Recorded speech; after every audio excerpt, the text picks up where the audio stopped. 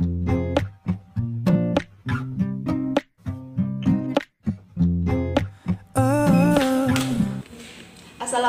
warahmatullahi wabarakatuh. Waalaikumsalam warahmatullahi wabarakatuh. Bagaimana kabarnya adik-adik? Alhamdulillah baik, Bu.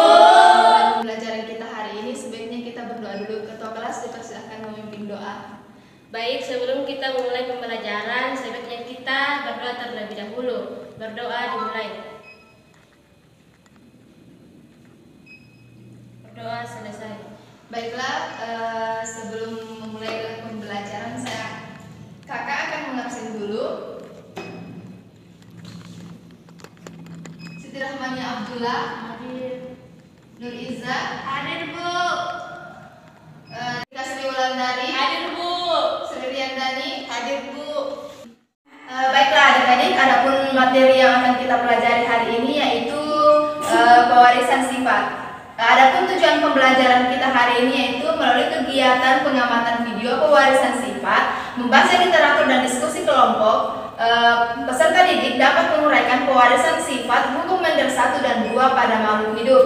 Dan yang kedua yaitu melalui kegiatan pengamatan gambar pewarisan sifat, membaca literatur dan diskusi berpasangan, peserta didik dapat menganalisis persilangan hibrid dan monohibrid. Nah, adik-adik, sebelum kakak memasuki materi kita hari ini, apakah adik-adik ada yang mengetahui apa itu pewarisan sifat? Saya, Bu.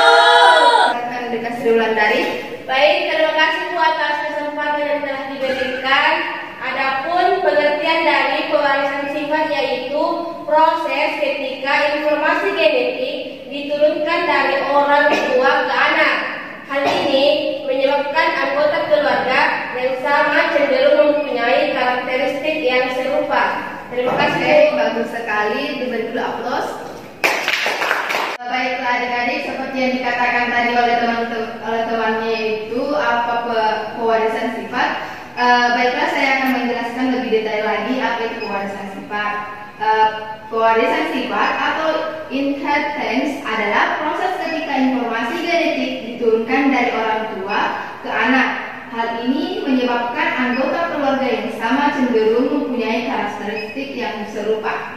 Sebelumnya, manusia tidak begitu kenal dengan pasti dan benar tentang konsep pewarisan sifat, sampai akhirnya muncul seorang biarawan dan ahli botani asal Austria bernama Gregor Johann Mendel. Ia membawa pencerahan tentang hereditas atau pewarisan sifat melalui pembuktian prinsip dasar genetika.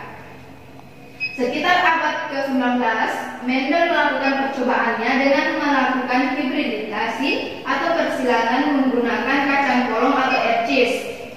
Mendel sengaja memilih beberapa kacang ercis dengan karakteristik berbeda. Ia juga melakukan percobaan bertahun-tahun untuk memperoleh hasil yang akurat. Akhirnya, sekitar tahun 1866, Mendel melaporkan hasil percobaannya.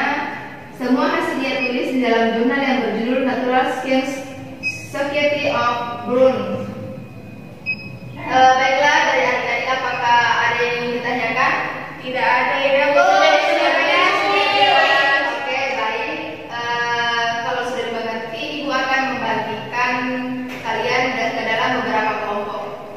Baiklah adik-adik, Ibu akan membagi kalian ke dalam dua kelompok. Dalam dua kelompok itu terdiri dari 2 orang atau berpasangan. Yang pertama itu Rika Sri Wulandari berpasangan dengan Sri Riandani dengan materi monohibrid, dan Siti Rahmania Abdullah dan Nur Iza berpasangan dengan materi dihibrid. Ya, Bu. Diskusi, Ibu akan membagikan beberapa materi kepada kalian. Terima kasih, Bu.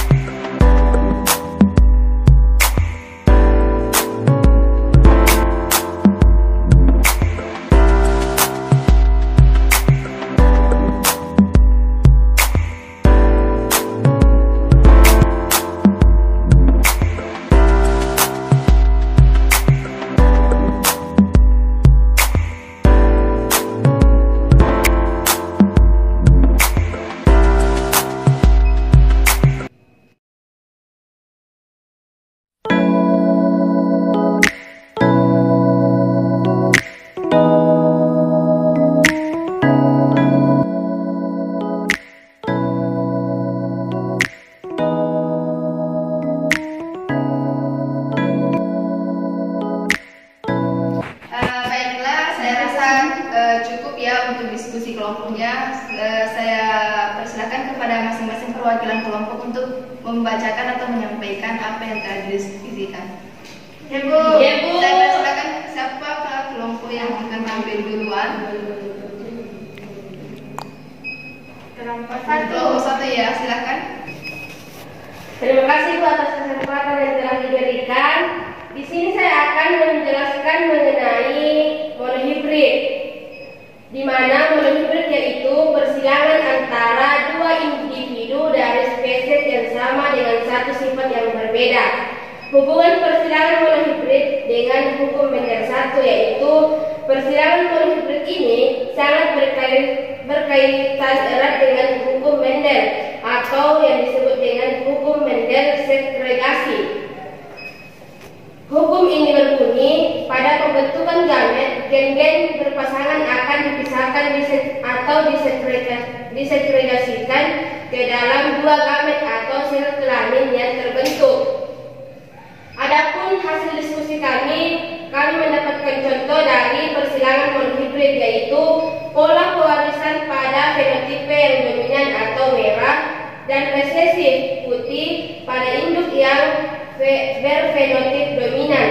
Salah satu alelnya adalah alel dominan atau merah. Namun pada induk yang berfenotip resesif, kedua alelnya mesti alel yang resesif atau putih.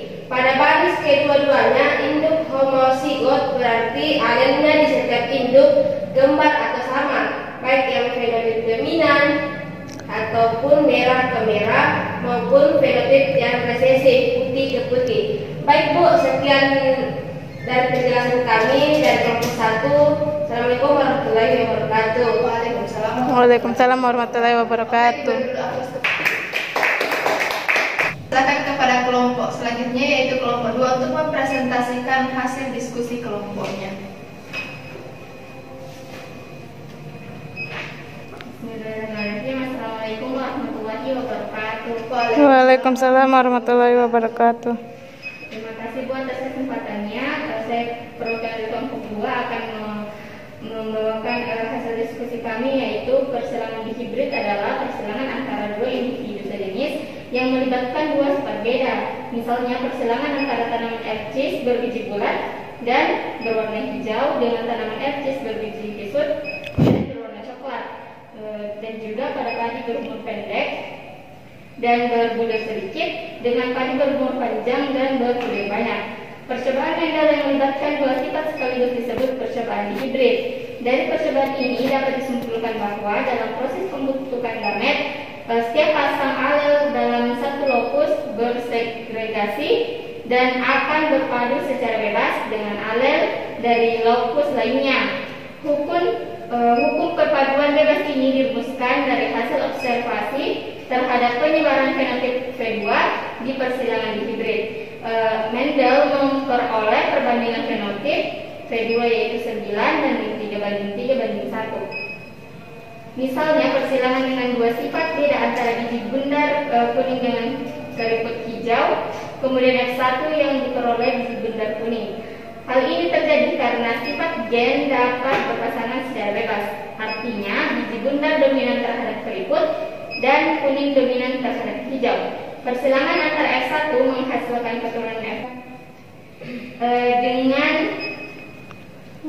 persilangan antara F1 menghasilkan keturunan F2 dengan perbandingan fenotip antara bulat kuning, keriput kuning, bulat hijau, keriput hijau yaitu 9 dan 3:3:1. Adapun contoh yang kami dapatkan yaitu contoh lain persilangan dihibrid yaitu persilangan antara biji kacang ercis berbentuk bulat dan berwarna kuning dengan biji yang berbentuk kisut dan berwarna hijau. Ternyata hasil keturunan silang F1 100% berbiji bulat kuning. Jadi tanaman hasil silang ini dikawinkan sesamanya, maka terjadilah hasil perkawinan sebagai berikut, yaitu 9:16 bagian yaitu 9:16 bagian yaitu bulat hijau, 3:1:16 bagian itu kesut hijau Ibu. Hubungan Mendel 2 dengan persilangan dihibrid adalah hukum Mendel 2 merupakan hukum pengelompokan gen secara bebas berdasarkan percobaan anggota dari sepasang gen memisah secara bebas. artinya tidak saling mempengaruhi ketika berlangsung meiosis selama pembentukan gamet gamet. Persilangan ini dapat membuktikan kebenaran hukum Mendel 2, yaitu bahwa gen-gen yang terletak pada kromosom yang berlainan akan bersegregasi secara bebas dan dihasilkan 4 macam fenotip dengan perbandingan 9:3:3:1. Kemudian percobaan yang dilakukan persilangan dihibrid dapat dipraktikkan dengan menggunakan kancing genetika berwarna merah, putih, hijau, dan hitam. Mungkin hanya itu yang bisa kami sampaikan. Wassalamualaikum warahmatullahi wabarakatuh. Waalaikumsalam warahmatullahi wabarakatuh. Oke, diberi apa dulu temannya. Baiklah, sebelum Ibu memberi penguatan materi untuk hari ini, adakah dari kalian yang bisa menyimpulkan mengenai materi kita hari ini? Saya, Bu.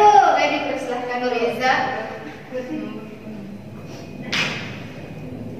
Terima kasih atas kesempatan yang diberikan. Selanjutnya saya akan menyimpulkan materi kita pada pagi hari ini yang dipelajari pada pagi hari ini, yaitu mengenai monohibrid dan dihibrid. Jadi monohibrid adalah persilangan antara dua individu dan spesies yang sama dengan satu sifat beda.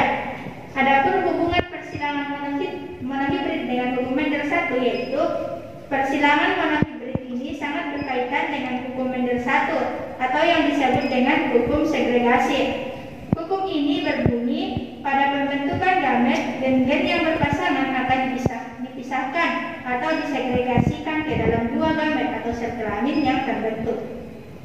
Selanjutnya, persilangan dihibrid adalah persilangan antara dua individu sejenis yang melibatkan dua sifat beda.